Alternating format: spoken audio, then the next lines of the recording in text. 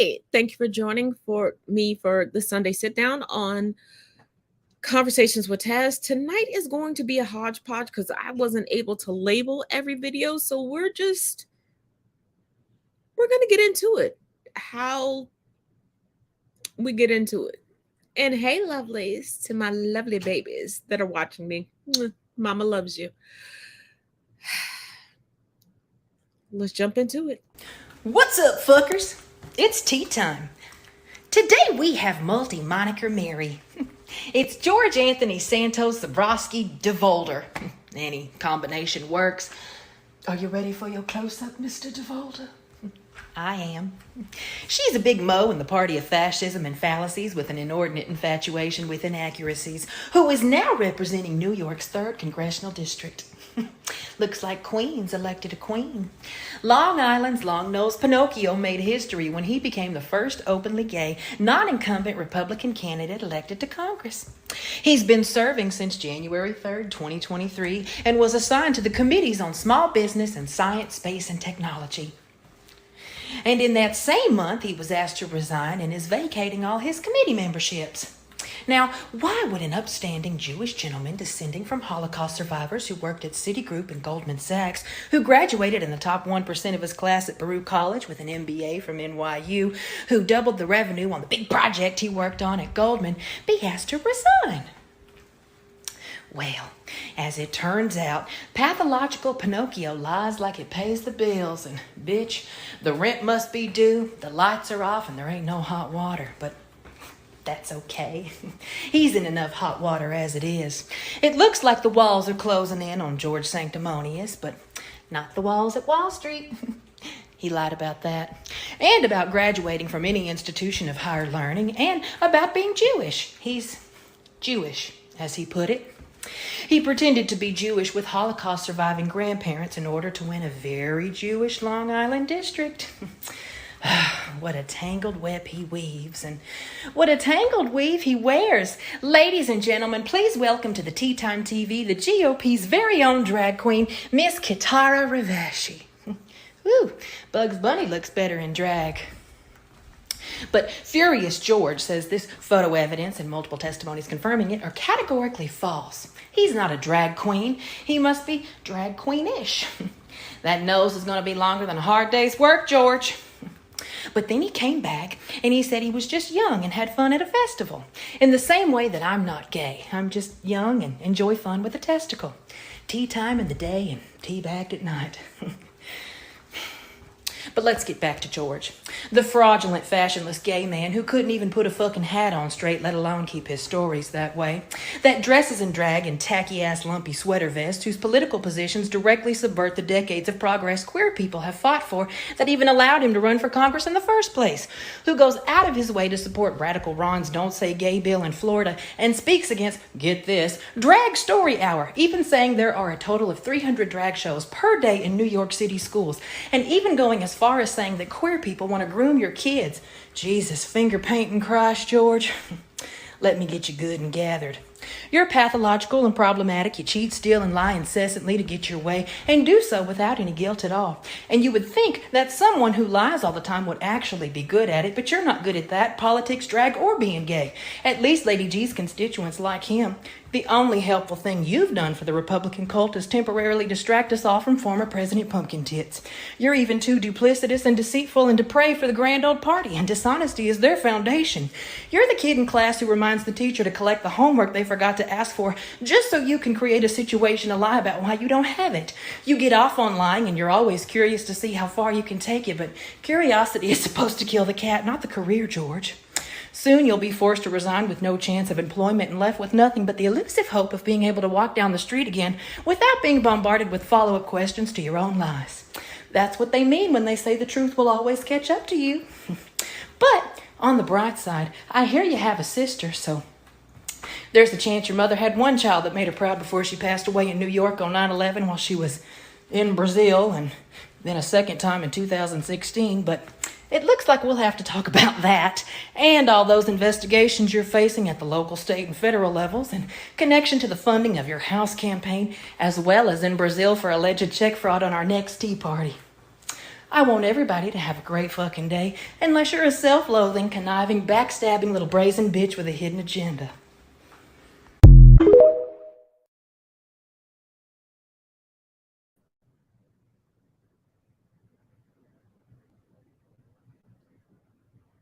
Um,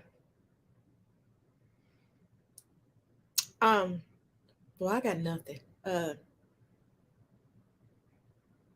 Mm. Let's just move on to the next video. What is this? What is this? This is so. So I wanted to come out and publicly let everyone know that that was me in the video. After this video was published on TikTok, it went viral and news organizations wrote about me. And I honestly have no idea. I am simply baffled that this is possible. People found out where I work and they sent the video to my employer. I was then fired from my job. That's right, I was fired, which I find to be extremely unfair because all I was doing was going to get my weekly cheat meal, and it was the McDonald's employees that did not follow the simple directions that I asked for. So I felt that I had the right to come in and let them know that my burger was not made correctly. I did nothing wrong. Literally, I did nothing wrong. So please leave me alone. Now, this video in its entirety has been making its rounds on TikTok, and there are a number of creators that are coming out and lambasting this woman. Let me go on the record with saying that I feel like this is a satirical account. I don't feel like this is the woman that was in the video. I could be 200% wrong, and I will eat my words if I'm wrong. But something tells me this ain't the woman. Now, since we're doing a potpourri hodgepodge night, as I click through these videos, then you'll probably see some videos as to why I think this is satirical and why this woman is just fucking with people on TikTok. And this is why I haven't made a TikTok video or response to her. I don't feel like this is the woman in question. I really don't. Now, we know white women, especially racist white women, have all the Anglo audacity. But guess the Anglo audacity that they never have? They never have the Anglo audacity to admit that they did anything wrong. See, they'll come out and go, oh, there's a deposition coming. They followed me to my house. They had a gun. That's what they do. For a video like this, I feel like it's satirical. I really do. And like I said, if I'm wrong, let me know I'm wrong. If there's confirmation that this is the woman, I will eat my words. I will issue a public apology. But I feel like everybody responding on the TikTok right now is gonna have egg on their face. That's how I feel. Like I said, I could be so wrong, and I'm okay with being wrong. I'm hoping that I'm wrong, but I feel like this is somebody trying to build an account off of rage farming. I could be wrong, but you know, if it smells like teen spirit, it's teen spirit. In 1940, Hattie McDaniel became the first black person to win the Oscar. The Oscars were held at the Coconut Grove in Los Angeles. This is a major PSA to the folks that are living through the Ohio derailment. Hey, I get it. You don't know if you can believe what the media has to say about Ron DeSantis' whole book banning thing, so listen to a teacher. That is what Florida's doing to their teachers. Half of our staff was crying. The other half is talking about walking out. By April, I don't remember if it's 14th or 17th because right now my head is scrambled eggs. We have to one by one scan every single one of our library books into a database that then has to be vetted, which takes up to 2 weeks. And if it's approved, we can...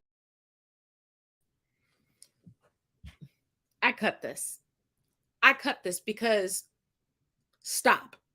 Y'all have so many jokes about French people, but you know what the French wouldn't do? make a bunch of videos claiming that they can't invoke change.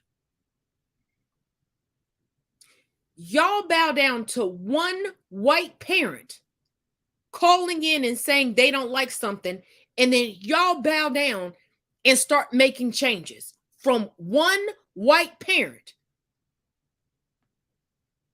But racist tropes and racist tenets don't still live and flourish in this country. How are y'all bowing down to one parent that's easily defeated by UV rays?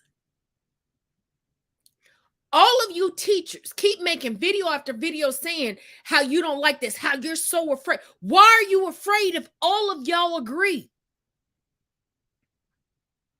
What did y'all vote for? Who did y'all vote into office? What protest are y'all doing?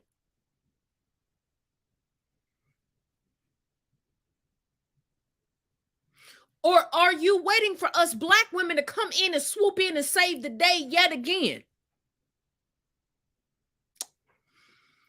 When on a daily basis, when non-white administration, when non-white teachers and teachers' assistants, janitorial staff, cafeteria staff speak up and you're silent. See, this is what happens when you sit complacent in your privilege and you think that your privilege is going to absolve you from everything. No.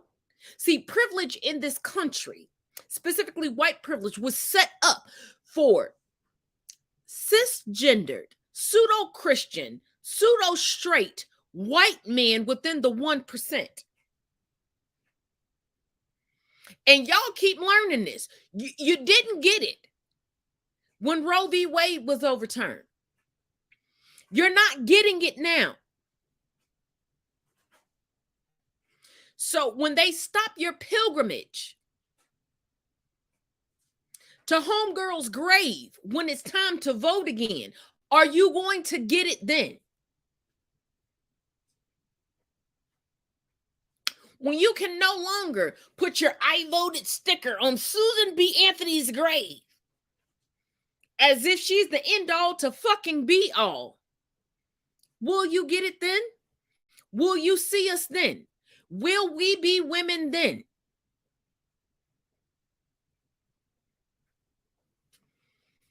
Because let's be real. Everybody that's had forward motion has had forward motion because of black people and specifically because of black women. Let me say that again for those of y'all in the back that act like you can't hear properly. To gain forward motion anywhere globally, you can't gain forward motion until a black woman pushes you forward. That's why we live rent-free in your minds. That's why you're constantly demanding our labor. Because you know that we're constantly inclusive while you're trying to tell the world that we're exclusive. Even you passport bros. But let's continue. Potpourri potluck.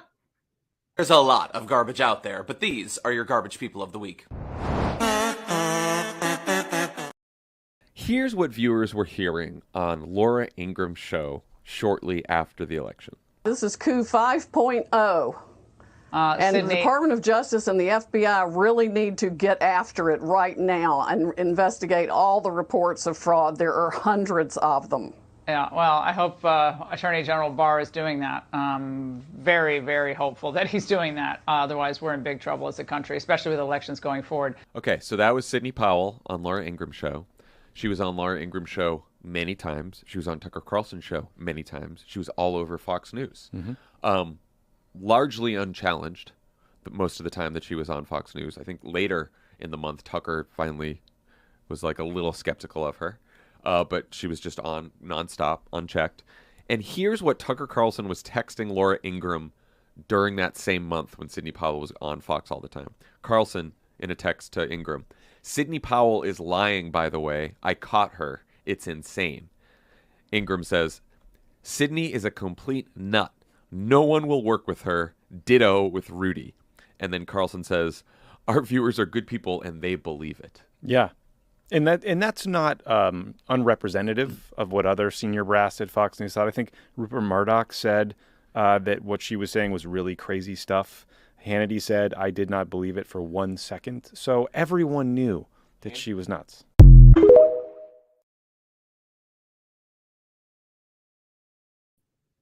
Before I move on to the next video, did you not see Laura Ingram's body language? She knew she didn't believe this woman, but their viewership isn't going to care about that. Let's move on. The way this played out is Fox News is the first network to call the state of Arizona for Joe Biden. Mm-hmm. And then what happens is a bunch of Fox viewers are clearly pretty pissed that Fox, of all places, has called Arizona for Biden. And Fox executives and the hosts start seeing declining ratings as a result of Fox calling Arizona for Biden. And because now the audience is moving on to Newsmax instead. And I think Trump was probably tweeting, hey, turn off Fox, turn on these outlets. Right. So they're losing audience to the people who are even crazier than them. Mm-hmm. So they're starting to freak out. So then they start getting their shit together and start spreading these conspiracies themselves to win back their audience from Newsmax. And this is sort of the context for all this. Now, just so everyone knows, the legal standard for the case is going to happen in April. Is when the case begins. This is just sort of discovery and evidence. Basically, the burden in the case falls on, this is from the New York Times, the burden in the case falls on Dominion to prove that Fox acted with actual malice as the standard. So that means either Fox guests, hosts, and executives knew what was being said on the air was false and allowed it anyway, or people inside Fox were recklessly negligent in failing to check the accuracy of their coverage. And the text messages that I already put out in previous broadcasts, Dominion has already won regarding the pillow guy, Mike Lindell. And Fox never wins in these lawsuits. Never. Show me a case that Fox has won. But let's keep going. TikTokers who did terrible things, episode 25. Barry Schuss, otherwise known as Barry Thibodeau on TikTok. Creator class type, creeper. Specialty, awkward in every sense of the word. Claim to fame, literally sliding in to your children's DMs, as well as the following incident. Well, leading up to just yesterday on February 17th, Barry had amassed roughly 25,000 followers on TikTok, as well as about 8,500 on Instagram. With that in mind, back in December of 1983, Barry was arrested for not 1, not 2, but 4 counts of arson in the second degree, setting fire to 2 separate synagogues, one of which he had been attending with his family at the time. In addition to these 2 locations, Barry also set fire to his own rabbi's home, as well as the home of another individual. Now, Barry was only 17 years old at the time he committed those crimes. That being said, throughout the course of his trial, it was heavily debated whether or not he should be charged as an adult. And well, it is mainly due to this he would avoid jail time altogether. But that's not where this story ends. See, if we fast forward about 3 decades, Barry has been doing his own thing on the internet for an extremely long time. I mean, we're talking since the beginnings of YouTube back in 2005. And so over the course of the past 20 years, much of his content can be found in some of the most watched cringe compilations of all time. Now on TikTok, hundreds of his videos can be found with him starting off making this exact same face, then going on to read out messages he had been sending to certain individuals. Things like, I've been knowing you for long enough. Damn, I need you right now. You can take your time. Don't have to rush. This might take us a while. Now, while this is already downright creepy in its own way, when you find out that was just one of many messages he had been sending to minors, it makes things just a little bit more disturbing. In addition to this, he has been messaging many other individuals in that same manner for a very long time. Now, it's worth pointing out that just 1 day ago, on February 17th, his accounts on TikTok as well as Instagram have either been privated or taken down, placing Barry on our list of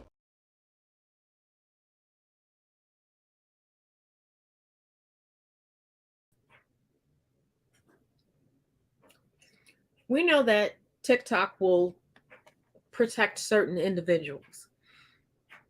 It is up to us to bring awareness regarding these individuals to protect those that generally go unprotected. And children within the United States and globally are always underprotected.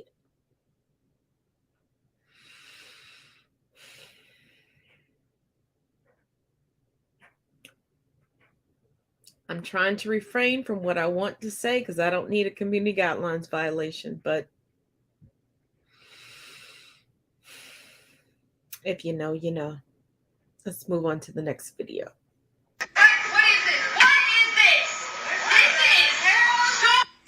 So I wanted to come out and publicly let everyone know that that was me in the video. After this video was published on TikTok, it went viral and news organizations wrote about me. And I honestly have no idea. I am simply baffled that this is possible. People found out where I work and they sent the video to my employer. I was then fired from my job. That's right, I was fired, which I find to be extremely unfair because all I was doing was going to get my weekly cheat meal, and it was the McDonald's employees that did not follow the simple directions that I asked for. So I felt that I had the right to come in and let them know that my burger was not made correctly. Oh, you absolutely have the right to go in and say, hey, this is wrong. Can you fix this for me, please? Not take the burger and smash it on the counter. Like those are two different things. I'm thinking you could see that now. And ma'am, I don't know how to tell you this. You weren't fired because you smashed the burger on the thing. No, it was that hideous vest you were wearing. Your coworkers were just simply tired of looking at it. She goes on to say that this was her cheat day meal. Maybe you'd like to take a look and see what her diet was. Day 2 of my dog food diet. I woke up and made coffee with oat milk. This is my favorite kind of oat milk. I thought if I poured oat milk on my dog food, it would kind of be like cereal, but it didn't taste very good. For lunch, I decided to put my favorite kind of hot sauce on my kibble, and honestly, it tasted amazing. I know what you're saying. DT, that can't be real. There's no way that's real life. It's real. I'm trying to find the joke. I'm trying to find the punchline. The video before that, she literally talks about getting organic dog food and wanting to eat it because she wants to make sure that it's good enough for her dog. It's got to be good enough for her. It's real. I told y'all early in the show why I felt that her video was satire.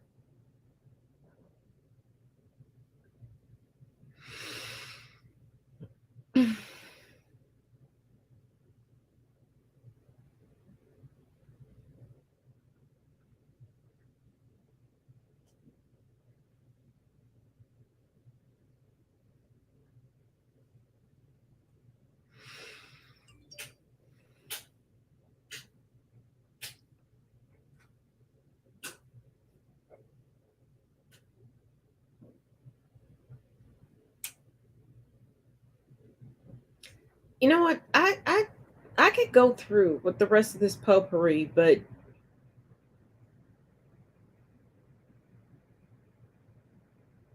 let's talk directly.